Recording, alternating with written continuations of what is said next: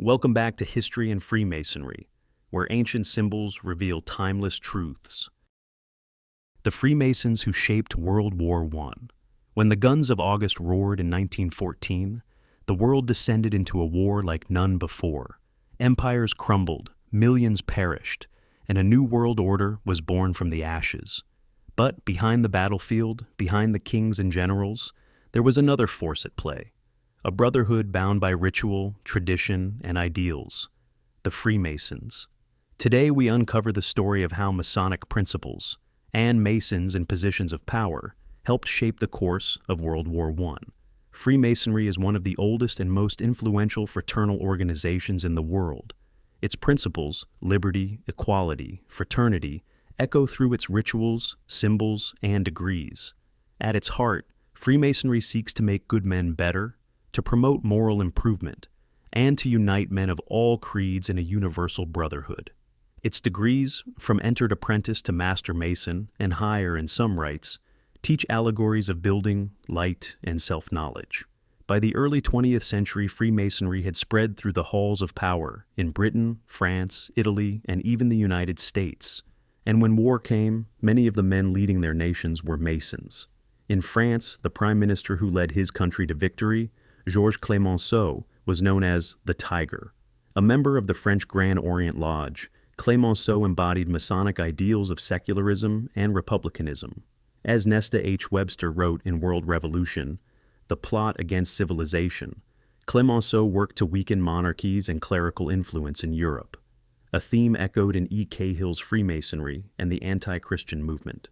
In his wartime policies, Clemenceau purged Catholic chaplains from the French army, reinforced secular schooling, and saw the war as a struggle between democracy and monarchy. Another key French leader, Aristide Briand, also a Grand Orient Freemason, served as foreign minister and later prime minister. He balanced Masonic ideals of fraternity with pragmatic politics, laying the groundwork for post-war European cooperation.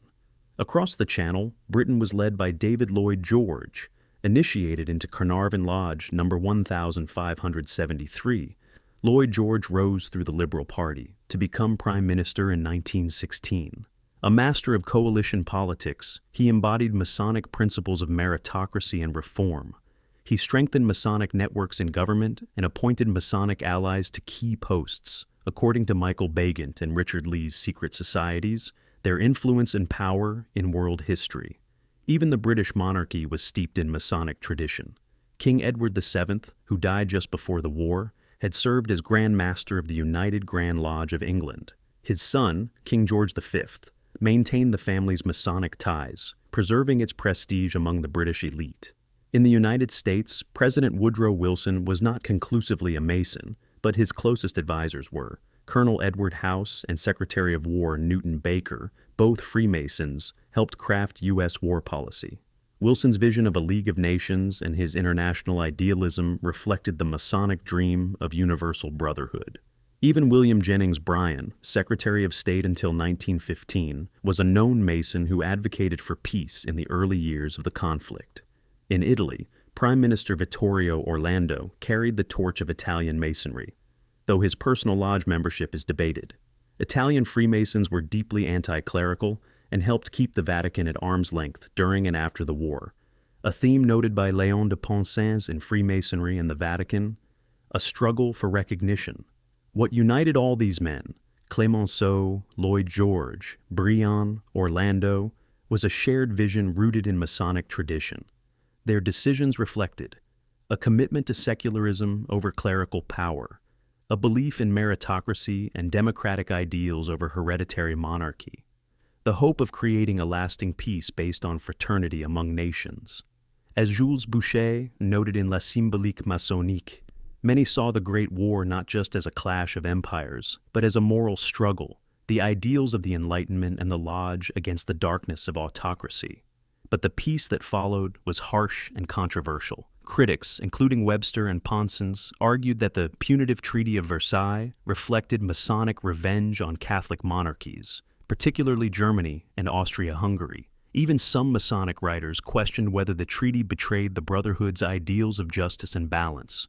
World War I reshaped the world, and the fingerprints of Freemasonry can be found on every major decision. From the trenches to the treaty table, Masons in power carried their traditions and principles into the greatest conflict of their age.